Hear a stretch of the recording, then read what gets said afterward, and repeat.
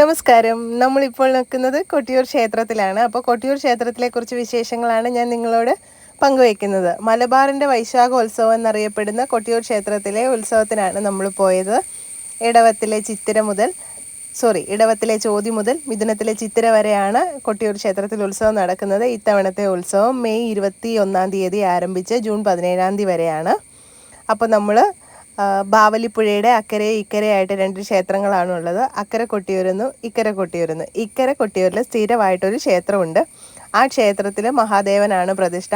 ആ ക്ഷേത്രത്തിൽ ഈ വൈശാഖോത്സവം നടക്കുന്ന സമയത്ത് പൂജകളൊന്നും തന്നെയില്ല. എല്ലാ പൂജകളും ഇക്കരെ കൊട്ടിയൂരിലാണ് ഉണ്ടായിരിക്കുന്നത്. കണ്ണൂർ ജില്ലയിലാണ് കൊട്ടിയൂർ ക്ഷേത്രം ഉള്ളത്. നമ്മൾക്ക് വരാനും പോകാനുമുള്ള സൗകര്യങ്ങൾ നമ്മൾ തന്നെ കണക്കാക്കണം. നമ്മൾ തൊടുപുഴയിൽ നിന്ന് വന്നപ്പോൾ തലശ്ശേരി വന്നിട്ടാണ് കൊട്ടിയൂർക്ക് വന്നത്. അതുപോലെ റൂട്ട് മാപ്പിൽ നോക്കിക്കഴിയുമ്പോൾ നമുക്ക് വഴി കാണിക്കുന്നത് വയനാട് ചുരം ഇറങ്ങിയാണ്. അപ്പോൾ നമ്മുടെ എങ്ങനെയാണോ വരാൻ സൗകര്യം അങ്ങനെ നമ്മളിവിടെ എത്തിപ്പെടുക. ഇവിടെ എത്തിപ്പെട്ട് കഴിഞ്ഞാൽ ഉള്ളത് ഞാൻ പറഞ്ഞല്ലോ, 2 ക്ഷേത്രമാണ്, അക്കരെ കൊട്ടിയൂർ ഇക്കരെ കൊട്ടിയൂർ. അക്കരെ കൊട്ടിയൂരാണ് വൈശാഖോത്സവം നടക്കുന്നത്. അവിടെ പോയി നമ്മൾ ബാവലിപ്പുഴ കടന്ന് ആണ് പോകുന്നത്. അത്യാവശ്യം നല്ല തിരക്കുണ്ട്, നല്ല ക്ലൈമറ്റുമാണ്. പ്രദക്ഷിണ വഴിയിൽ മഴ പെയ്ത് വെള്ളമുള്ള ക്ഷേത്രം, അതാണ് കൊട്ടിയൂരിൻ്റെ പ്രത്യേകത. കഴിഞ്ഞ തവണ നമ്മൾ ബാവലിപ്പുഴയെ മുറിച്ച് കടന്നത് ചാക്ക് കൊണ്ട് നിരത്തിയ പാലം, മണൽ ചാക്ക് നിരത്തിയ പാലത്തെ കൂടിയാണ് നമ്മൾ കടന്നു പോയത്. എന്നാൽ ഇത്തവണ അങ്ങനെയല്ല, 2 പാലം പണിതിട്ടുണ്ട്, ഇരുമ്പുകൾ കൊണ്ട് 2 പാലം പണിതിട്ടുണ്ട്. ഇത് കണ്ടോ, നമ്മൾ ബാവലിപ്പുഴയാണിത്. കഴിഞ്ഞ വർഷം ഉത്സവത്തിന് വന്ന സമയത്ത് പുഴ വറ്റി വരണ്ട് കിടക്കുമായിരുന്നു. ഇത്തവണ അത്യാവശ്യം മഴ ലഭിച്ചതുകൊണ്ട് വെള്ളമുണ്ട്. ഇതുപോലെ വെയിലാണെങ്കിൽ ആളുകൾക്ക് ബുദ്ധിമുട്ടുണ്ടാവാതെ ഓലയൊക്കെ ഇട്ടിട്ടുണ്ട്. എല്ലാവരും ഇവിടെ ഈ ബാവലിപ്പുഴയിൽ ഇറങ്ങി കുളിച്ച് ക്യൂ ആയിട്ടാണ് പോകുന്നത്. ഈ ക്യൂ ആണ് നമ്മൾ തൊഴാനായിട്ട് പോകുന്നത്. അത്യാവശ്യം നല്ല ക്യൂ ഉണ്ട്. നമ്മളിപ്പം 3/4 മണിക്കൂറോളം ക്യൂ നിന്ന് തൊഴുതതിന് ശേഷം ഒന്നുകൂടി ഇതുവഴി വന്നതാണ് നിങ്ങളെ ഒന്ന് കാണിച്ചു തരാൻ വേണ്ടിയിട്ട്. ഈ പോകുന്ന ക്യൂ അങ്ങേയറ്റം ചെല്ലുമ്പം 2 സൈഡിൽ നിന്ന് ക്യൂ വരുന്നുണ്ട്. അപ്പോൾ ഈ ക്യൂ അങ്ങേയറ്റം ചെല്ലുമ്പോൾ കയറ് കെട്ടി തടയും, എന്നിട്ട് കുറച്ച് പേരെ കടത്തി വിടും. തിരക്ക് നിയന്ത്രിക്കാൻ വേണ്ടിയാണ് അങ്ങനെ ചെയ്യുന്നത്. ഞാൻ പറഞ്ഞല്ലോ, ബാവലിപ്പുഴയിൽ ഇറങ്ങി കുളിച്ച് കുഞ്ഞുങ്ങളൊക്കെ എല്ലാവർക്കും ഇഷ്ടമുള്ളൊരു കാര്യമാണ് കുളിച്ച് ഈറനോടെ പോകുക എന്നുള്ളത്. അപ്പോൾ ഈ ബാവലിപ്പുഴയിൽ കുളിച്ച് ഈറനോടെ നമ്മൾ തൊഴാൻ പോകും. കുഞ്ഞുങ്ങളെയൊക്കെ സംബന്ധിച്ച് അവർക്ക് ഭയങ്കര ഇഷ്ടമുള്ളൊരു സ്ഥലമായിരിക്കും ഇത്. വെള്ളത്തിൽ ആവശ്യത്തിന് കുളിക്കുകയും ചെയ്യാം. പിന്നീട് പ്രദക്ഷിണ വഴിയിൽ ജലമുള്ള ക്ഷേത്രം. ഇവിടുത്തെ ഒരു പ്രത്യേകതയാണ് നമ്മൾ തൊഴുന്ന വഴിയിൽ ജലം ഉണ്ടായിരിക്കുക എന്നുള്ളത്. അപ്പം കുളി കഴിഞ്ഞ് കയറി വന്നാലും വീണ്ടും വെള്ളത്തിൽ കൂടെ തുള്ളി കളിച്ച് വേണം നമുക്ക് അങ്ങോട്ട് കടന്നു പോകാനായിട്ട്. കുഞ്ഞുങ്ങളൊക്കെ ഉണ്ടായിരുന്നു, നമ്മുടെ ദേഹത്തൊക്കെ വെള്ളം തെറിപ്പിച്ച് ഭയങ്കര സന്തോഷിച്ചാണ് അവർ പോയത്. നമുക്കും ഒരു രസമാണല്ലോ. ഈ ക്ഷേത്രത്തിൻ്റെ ഐതിഹ്യം എന്തെന്ന് വെച്ചാൽ, ദക്ഷയാഗം നടന്ന സ്ഥലമായിട്ടാണ് നമ്മൾ കൊട്ടിയൂരിനെ കാണുന്നത്. സതീദേവിയുടെ പിതാവായ ദക്ഷൻ അവിടെ ഒരു യാഗം നടത്തി. ആ യാഗം നടത്തിയ സ്ഥലത്തിൻ്റെ കഥ പറഞ്ഞു കഴിഞ്ഞാൽ, സതീദേവി നമ്മുടെ മഹാദേവനെ വിവാഹം ചെയ്തത് സതീദേവിയുടെ പിതാവായ ദക്ഷന് ഇഷ്ടപ്പെട്ടില്ല. അങ്ങനെ വന്നു കഴിഞ്ഞപ്പോൾ ഈ ലോകത്തിലുള്ള 14 ലോകത്തിലെ സകല ആളുകളെ വിളിച്ച് യാഗം നടത്തി. സതീദേവിയെ മഹാദേവനെ മാത്രം ക്ഷണിച്ചില്ല. ആ സമയത്ത് സതീദേവിക്ക് യാഗഭൂമിയിൽ പോകണം എന്നുള്ള ആഗ്രഹം. അപ്പോൾ സതീദേവി ചെന്ന് മഹാദേവനോട് പറഞ്ഞു, എനിക്കും പോകണം, അച്ഛൻ നടത്തുന്ന യാഗം കൂടണം. മഹാദേവൻ പറഞ്ഞു, വേണ്ട, പോവണ്ട, നമ്മളെ ക്ഷണിക്കാത്തടത്ത് നമ്മൾ പോവണ്ട, നമ്മൾ അവിടെ പോയി കഴിഞ്ഞാൽ നമുക്കവിടെ മോശം അനുഭവമായിരിക്കും ഉണ്ടായിരിക്കുക, നമ്മൾ പോവണ്ടെന്ന് പറഞ്ഞു. പക്ഷെ സതീദേവി അത് കണക്കാക്കിയില്ല. എൻ്റെ അച്ഛൻ നടത്തുന്ന ഒരു യാഗത്തിൽ എന്നെ വിളിക്കേണ്ട കാര്യമില്ലല്ലോ, അപ്പോൾ എനിക്ക് പോവാലോ. അങ്ങനെ നമ്മുടെ മഹാദേവനോട് വഴക്കുണ്ടാക്കി. മഹാദേവനോട് പറഞ്ഞു. അങ്ങനെ പറഞ്ഞ് സതീദേവി പോയി. അവിടെ ചെന്ന് കഴിഞ്ഞപ്പോൾ ദക്ഷൻ ചോദിച്ചു, എന്തിനാണ് വന്നത്? ഞാൻ ക്ഷണിച്ചിട്ടില്ലല്ലോ, പിന്നെ നീ എന്തിനു വന്നു എന്നും പറഞ്ഞിട്ട് സതീദേവിയെ അപമാനിച്ചു. അപ്പോൾ സതീദേവിയുടെ ഉള്ളിലെ അപമാനഭാരം എന്തെന്ന് വെച്ചാൽ, മഹാദേവനോട് പറഞ്ഞിട്ടാണല്ലോ പോകുന്നത്, എൻ്റെ അച്ഛൻ വിളിച്ച യാഗത്തിന് പോകണ്ടെന്ന് പറഞ്ഞിടത്തുനിന്ന് പോകണം എന്ന് പറഞ്ഞു പോയി. അപ്പോൾ തിരിച്ച് ചെല്ലുമ്പോൾ ഉള്ള ആ ഒരു ബുദ്ധിമുട്ടും നമ്മൾ സ്ത്രീകളെ സംബന്ധിച്ച് നമുക്കറിയാലോ. ഒരു കാര്യത്തിന് ഇങ്ങനെ വന്നു കഴിയുമ്പോൾ ഭർത്താക്കന്മാരുടെ അടുത്ത് വേണ്ടാന്ന് പറഞ്ഞൊരു കാര്യം ചെയ്ത് അതിന് മോശം അനുഭവം വരുമ്പോൾ പിന്നെ അവരെ ഫേസ് ചെയ്യാനുള്ള നമ്മുടെ ഒരു ബുദ്ധിമുട്ട് ഒക്കെ എല്ലാവർക്കും അറിയാവുന്നതല്ലേ. അപ്പോൾ അതേ ബുദ്ധിമുട്ട് സതീദേവിക്കും. പിന്നെ ഇവിടെ ഇത്ര ആൾക്കാരുടെ മുമ്പിൽ വെച്ച് അപമാനിച്ച ആ ഒരു ബുദ്ധിമുട്ടും കൊണ്ട് അവിടെ തന്നെ യാഗാഗ്നിയിൽ സതീദേവി ചാടി ആത്മഹത്യ ചെയ്തു. അപ്പോൾ അങ്ങനെ സതീദേവി യാഗാഗ്നിയിൽ ചാടിയ വിവരം നമ്മുടെ മഹാദേവൻ അറിഞ്ഞു. കൈലാസത്തിൽ ധ്യാനത്തിലിരിക്കെ അറിയാലോ, അത്രയും വലിയ പുള്ളിയല്ലേ. അപ്പോൾ പുള്ളി അറിഞ്ഞു കഴിഞ്ഞപ്പോഴത്തേനും ദേഷ്യം വന്നു. നമ്മുടെ ഇത്രയും പ്രിയപ്പെട്ട ഭാര്യയെ ആണ് ഇങ്ങനെ സംഭവിച്ചിരിക്കുന്നത്. അപ്പോൾ മഹാദേവൻ എണീറ്റു. മഹാദേവൻ ദേഷ്യം കൊണ്ട് മറ്റേ നമ്മുടെ ജട പറിച്ച് മുടി വലിച്ചു പറിച്ച് ജട വലിച്ചെറിഞ്ഞു. എറിഞ്ഞ അതിൻ്റെ മഹാദേവൻ്റെ ദേഷ്യത്തിൻ്റെ കാഠിന്യം കൊണ്ടും എറിഞ്ഞതിൻ്റെ ആ ബലം കൊണ്ടും അപ്പം തന്നെ അവിടെ നിന്നൊരു ഭൂതഗണം, വീരഭദ്രൻ എന്ന് പറഞ്ഞിട്ടൊരു ഭൂതഗണം ഉണ്ടായി. ആ വീരഭദ്രൻ നേരെ നമ്മുടെ ഇവിടെ യാഗം നടക്കുന്നിടത്തേക്ക് വന്നു. നന്ദികേശനും അതുപോലെയുള്ള എല്ലാവരും കൂടി യാഗം നടന്നിടത്തേക്ക് വന്നു. മൊത്തം ഒക്കെ എല്ലാം അടിച്ചു നിരത്തി സെറ്റാക്കി ദക്ഷനെ വധിച്ചേച്ച് അവർ തിരിച്ചുപോയി. അവരുടെ ദൗത്യം കഴിഞ്ഞു. അങ്ങനെ ദക്ഷയാഗം മുടങ്ങി.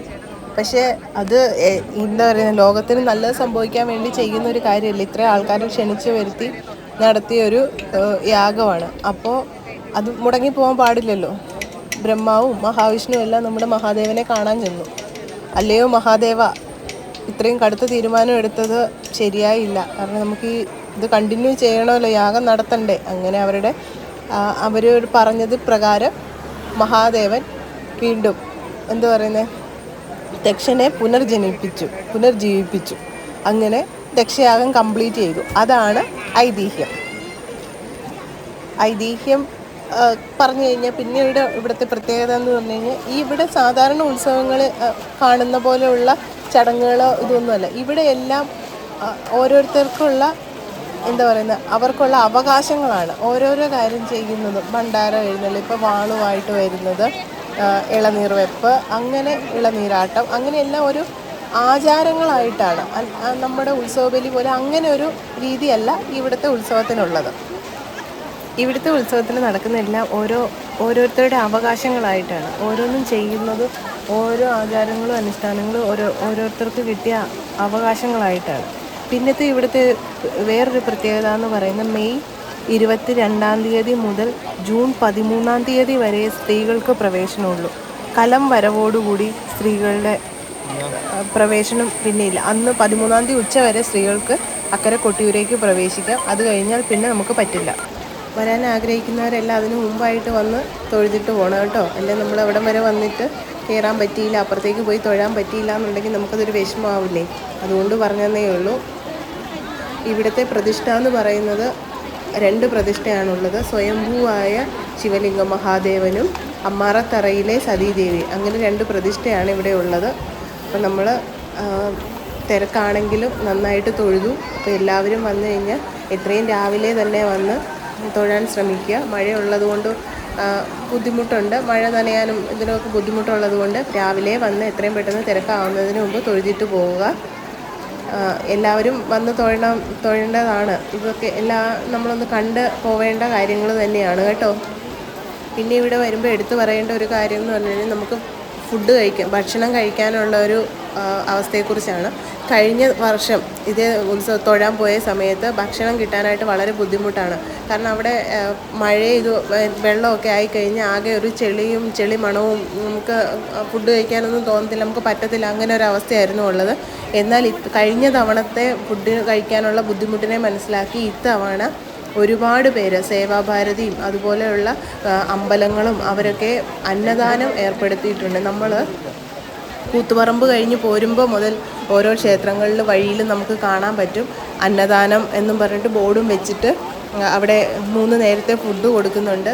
പിന്നെ സേവാഭാരതി അവർ വഴിയിൽ ഓരോ സ്ഥലങ്ങളിലും ഫുഡ് കൊടുക്കുന്നുണ്ട്. പിന്നെ പുതിയ കുറേ ഹോട്ടലുകൾ ഈ ടെമ്പററി ആയിട്ട് ഈ ഒരു ആവശ്യത്തിനായിട്ട് തുടങ്ങിയിട്ടുണ്ട്. അപ്പോൾ അമ്പലത്തിനോട് തൊട്ട് ചേർന്ന് നിൽക്കുന്നതിന് കുറച്ച് അപ്പുറത്തേക്കും ഇപ്പുറത്തേക്കും ഒക്കെ തിരക്ക് കുറഞ്ഞ് നമുക്ക് ഫുഡ് കഴിക്കാനായിട്ട് പറ്റും. പിന്നെ താമസ സൗകര്യങ്ങളെല്ലാം, താമസിക്കാൻ ഒരു ദിവസം വന്ന് സ്റ്റേ ചെയ്തിട്ട് പോകാനാണെങ്കിൽ പോലും അവിടെ വീടുകളിലും പുതിയ കുറച്ച് ഹോം സ്റ്റേ പോലെയുള്ള സംവിധാനങ്ങൾ വന്നിട്ടുണ്ട്. പിന്നെ നമ്മുടെ ഇവിടെ അമ്പലത്തിന് നേരെ ഓപ്പോസിറ്റായിട്ട്, അമ്പലത്തിൻ്റെ കിഴക്കേ നടയുടെ ഓപ്പോസിറ്റ് ഒരു SNDP ക്ഷേത്രമുണ്ട്. ആ ക്ഷേത്രത്തിൽ ഞാൻ ഇതിനു മുമ്പ് ഒരു പോസ്റ്റ് ഇട്ടിരുന്നു. ആ ക്ഷേത്രത്തിൽ അന്നദാനമുണ്ട്. അപ്പോൾ ഫുഡ് കഴിക്കാനായിട്ട് ആരും ബുദ്ധിമുട്ടേണ്ടതില്ല. നമ്മളൊന്ന് വരുന്ന വഴിയിൽ ചുറ്റുമുള്ള കാര്യങ്ങളൊന്ന് ശ്രദ്ധിച്ചാൽ മാത്രം മതി കേട്ടോ. ഒരു തവണ തൊഴുതു, പിന്നീട് ഒന്നുകൂടി തൊഴുതു. അങ്ങനെ കുറേ നേരമായിട്ട് അതിൽ ഇല്ല നടന്നു. അവിടെ അപ്പോൾ അരവണ എല്ലാം വിതരണമുണ്ട്. നമുക്ക് വഴിപാട് കൗണ്ടറിൽ നിന്ന് വാങ്ങിക്കാൻ പറ്റും. എല്ലാത്തിൻ്റെ റേറ്റ് ലിസ്റ്റ് ഞാനിതിൻ്റെ ആദ്യം ഇട്ട് പോന്നിരുന്നു. അപ്പോൾ നമുക്കവിടെ വഴിപാട് പ്രസാദം വാങ്ങിക്കാനുള്ള കൗണ്ടറും വഴിപാട് രസീത് എഴുതാനുള്ള കൗണ്ടറും എല്ലാം ഈ ഓല മേഞ്ഞ പർണശാലകളായിട്ടാണുള്ളത്. അപ്പോൾ നമ്മൾ ഇരുമ്പ് പാലത്തേക്കൂടെ ആദ്യം കടന്നു. പിന്നെ ഇത് കണ്ടോ, ഇരുമ്പ് പാലമുണ്ട്, മണൽച്ചാക്ക് നിറച്ച പാലമുണ്ട്. അപ്പോൾ നമ്മൾ പിന്നെ തിരിച്ചു പോരുന്നത് ഇപ്പുറത്തെ വഴി കൂടെയാണ് പോകുന്നത്. അപ്പോൾ എല്ലാവരും വരണം. അവിടുന്ന് നമുക്ക് ചെന്ന് കഴിഞ്ഞാൽ പോരാൻ തോന്നില്ല. അങ്ങനെ ഒരു അനുഭവമാണ് നമുക്കിവിടെ ഉള്ളത് കേട്ടോ. ഭയങ്കര സന്തോഷം, മനസ്സിന് ഭയങ്കര ഒരു കുളിർമയാണ്. കാരണം ഇത് ഒന്ന് വെള്ളം, നമ്മുടെ വെള്ളത്തിൽ ചവിട്ടി നടക്കുമ്പോൾ കാല് തണുത്ത് ശരീരം ആകെ തണുത്താണ്. പിന്നെ ചുറ്റും മരങ്ങളും കാറ്റും, നല്ല സന്തോഷം, മനസ്സിന് നമുക്ക് നല്ല സന്തോഷം തോന്നും. ഞങ്ങൾ തിരിച്ചു പോരുവാണ്. കുറേ നേരം അവിടെ സ്പെൻഡ് ചെയ്തു. അപ്പോൾ നമ്മൾ അവിടെ നിന്ന് പയ്യെ തിരിച്ചു പോന്നു. തിരിച്ചു പോകുന്ന വഴിയിൽ നിങ്ങൾക്ക് ഞാൻ കാണിച്ചു തരാം. ഇവിടെ കണ്ടോ, ഒരു മരത്തിൻ്റെ ചുവട്ടിൽ കുറേ കല്ലുകൾ പെറുക്കി വെക്കുന്നുണ്ട് ആളുകൾ. എന്തിനാണ് ഈ കല്ലുകൾ പെറുക്കി വെക്കുന്നതെന്ന് എനിക്ക് അറിഞ്ഞുകൂടാ. പക്ഷേ എല്ലാവരും ചെയ്യുന്നത് കണ്ടു കഴിഞ്ഞപ്പോൾ ഞങ്ങൾ കല്ലുകൾ പെറുക്കി വെച്ചു. ഒരു സന്തോഷം.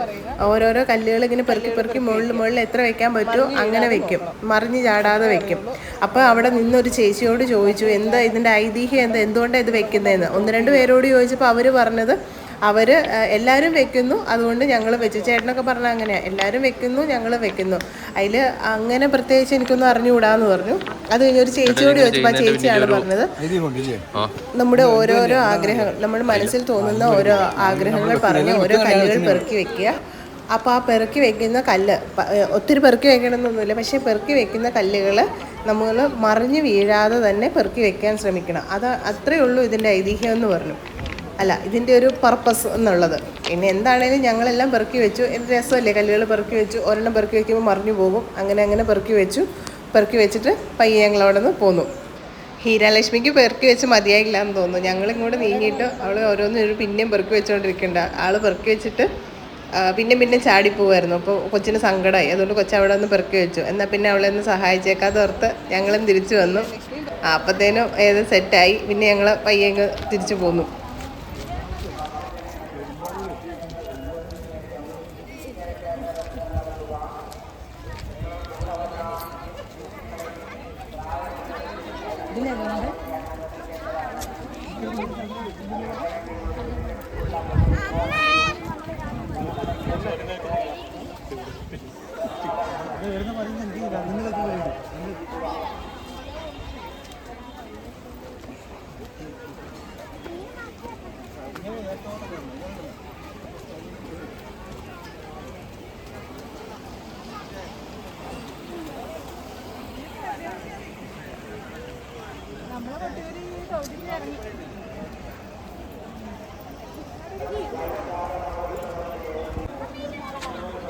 ഇക്കരെ ക്ഷേത്രത്തിൽ നിന്ന് അക്കരെ ക്ഷേത്രത്തിലേക്ക് 2 എൻട്രൻസ് ആണുള്ളത്. ഈ എൻട്രൻസ് ഈ 1 മാസം സമയത്തേക്ക് മാത്രമേ തുറക്കുകയുള്ളൂ. അതിനുശേഷം ഇത് ക്ലോസ് ചെയ്യും. അമ്പലത്തിന് ഭാരവാഹികളായിട്ടുള്ള അതിന് ഉത്തരവാദിത്തപ്പെട്ടവർ മാത്രമേ പിന്നീട് ഇവിടുന്ന് അപ്പുറത്തേക്ക് കടന്നു പോകാൻ അനുവാദമുള്ളൂ. ഈ കാണുന്നത് എന്താണെന്ന് എല്ലാവർക്കും മനസ്സിലായിട്ടുണ്ടാവും. കൊട്ടിയൂർ ഉത്സവം എന്ന് പറഞ്ഞു കഴിഞ്ഞാൽ നമ്മുടെ മനസ്സിലേക്ക് വേഗം വരുന്ന ഒരു കാര്യമാണ് ഓടപ്പൂവ്. ഉത്സവത്തിൻ്റെ വളരെ പ്രധാനപ്പെട്ട ഒരു അവിടുത്തെ പ്രധാനപ്പെട്ട ഒരു കച്ചവടവും ഈ ഓടപ്പൂവിൻ്റെ തന്നെയാണ്. ഇഷ്ടംപോലെ കടകളുണ്ട്. നമുക്ക് ഒരു ദിവസം അങ്ങിങ്ങ് കണ്ടു നടക്കാനുള്ള കടകളുണ്ട്, ഇഷ്ടംപോലെ കാര്യങ്ങളും ഉണ്ട്. അപ്പം അവിടെ കൂടുതലായിട്ട് കണ്ടുവരുന്ന ഒരു കടയാണ് ഓടപ്പൂവിൻ്റെ കട. ഇതിനൊരു ഐതിഹ്യം പറയുന്നുണ്ട്. നമ്മൾ പറഞ്ഞല്ലോ, ദക്ഷയാഗത്തിൽ സതീദേവി ചാടിയ വിവരം അറിഞ്ഞ മഹാദേവൻ ദേശത്തിൽ ജട വലിച്ചു പറിച്ച് എറിഞ്ഞു. ആ എറിഞ്ഞ ജടയായിട്ട്, മഹാദേവൻ്റെ ജടയായിട്ട് ഈ ഓടപ്പൂവിനെ കുറിച്ച് പറയുന്നുണ്ട്. പിന്നീട് പറയുന്നത് നമ്മുടെ വീരഭദ്രനും ഭൂതഗണങ്ങളും വന്നിട്ട് ദക്ഷനെ ഉപദ്രവിച്ച സമയത്ത് ദക്ഷൻ്റെ താടി പറിച്ച് കളഞ്ഞു എന്ന്. അപ്പം അങ്ങനെ ദക്ഷൻ്റെ താടിയായിട്ടും ഇതിനെ പറയുന്നുണ്ട്. അങ്ങനെ 2 ഐതിഹ്യങ്ങളാണുള്ളത്. ഞാൻ പറഞ്ഞില്ലേ, ഇവിടെ കണ്ടുപോകാനായിട്ട് ഇഷ്ടംപോലെ കടകളുണ്ട്. നമ്മൾ എല്ലാ കടകളിലും കയറി അങ്ങനെ ഭംഗിയൊക്കെ ആസ്വദിച്ച് ചെയ്ത് എല്ലാ കടകളിൽ നിന്ന് എന്തെങ്കിലും 1-2 കൂട്ടമൊക്കെ വാങ്ങിച്ച് അങ്ങനെ നല്ല രസമാണ് കണ്ടുപോകാനായിട്ട്. ഒരു ദിവസം രാവിലെ വന്നു കഴിഞ്ഞാൽ വൈകുന്നേരം വരെ അവിടെ നമുക്ക് സ്പെൻഡ് ചെയ്യാനായിട്ട് പറ്റും. പിന്നീട് നമ്മൾ ഇക്കരെ കൊട്ടിയൂരിൽ പോയി. ഇക്കരെ കൊട്ടിയൂർ ക്ഷേത്രത്തിൽ വൈശാഖ മാസത്തിൽ പൂജകളൊന്നുമില്ല. എങ്കിലും നമ്മൾ ഈ ഒരു ഉത്സവ സമയത്തല്ലേ അവിടെ ചെല്ലുന്നുള്ളൂ. അപ്പോൾ 2 ക്ഷേത്രങ്ങളിലും തൊഴുതു പോരാം എന്നുള്ള ഉദ്ദേശത്തിൽ അവിടെയും പോയി തൊഴുതു പോന്നു. അങ്ങോട്ട് വന്ന എല്ലാവരും തന്നെ അങ്ങോട്ടേക്കും പോരുന്നുണ്ട് കേട്ടോ. അവിടെ കയറിയിട്ടാണ് എല്ലാവരും പോരുന്നത്. നമ്മളോട് ചെന്നിറങ്ങുമ്പോൾ നമ്മൾ എവിടെ തൊഴണമെന്ന് നമുക്ക് സംശയമല്ലേ, എങ്ങോട്ടാണ് പോകേണ്ടതെന്ന്. അപ്പം അവിടെ നിന്ന് അനൗൺസ്മെൻ്റ് ഉണ്ട്, നിങ്ങൾ ആദ്യം തൊഴേണ്ടത് അക്കരെ കൊട്ടിയൂരിലാണ്. അക്കരെ കൊട്ടിയൂരിൽ തൊഴണമെന്ന് അവിടെ വിളിച്ച് പറയുന്നുണ്ട്. അപ്പം നമുക്ക് ആരും സംശയിക്കേണ്ട കാര്യമില്ല. അക്കരെ പോയി തൊഴുത് തിരിച്ച് മടങ്ങി വരുന്ന വഴിക്ക് ഇക്കരയും കൂടി കയറുക.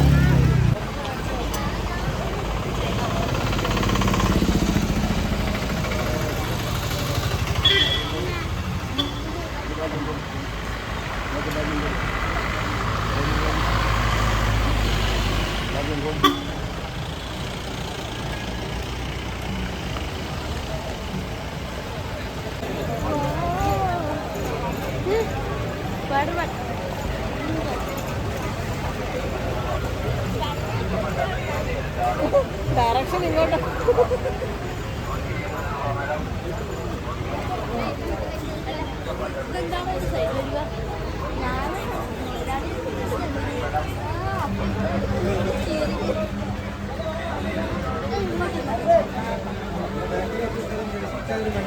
പിന്നെ ഇവിടെ ഒരു കാര്യം കേട്ടോ, നമ്മൾ 90s കിഡ്സിനെ ആകർഷിക്കുന്ന ഒരു കാര്യമുണ്ട് കേട്ടോ. നമ്മുടെ പഴയ മിഠായികൾ നമ്മൾ സ്കൂളിൽ പോകുന്ന സമയത്ത് മറ്റേ അവിടെയുള്ള ചെറിയ ചെറിയ കടകളിൽ കാണുന്ന കുറേ മിഠായികളുടെ കളക്ഷൻ ഉണ്ടായിരുന്നു കേട്ടോ. ഗ്യാസ് മിഠായി, പിന്നെ കടിച്ചാമുറിച്ചി, നാരങ്ങ മിഠായി, അങ്ങനെ എന്താ പറയുന്നത്, നമ്മളെ ആകർഷിക്കുന്ന, നമ്മളെ നൊസ്റ്റാൾജിയിൽ നമ്മുടെ സ്കൂൾ ജീവിതത്തിലേക്ക് വിളിച്ചുകൊണ്ട് പോകുന്ന ഒരു കടയുണ്ടായിരുന്നു. അവിടുന്ന് കുറേ സാധനങ്ങൾ നമ്മൾ വാങ്ങിയിട്ട് എല്ലാ ഐറ്റവും ഓരോ പാക്കറ്റ് വീതം വാങ്ങിയിട്ടാണ് നമ്മൾ പോകുന്നത്. ഭയങ്കര ഡിമാൻഡായിരുന്നു ക്ലാസ്സിൽ.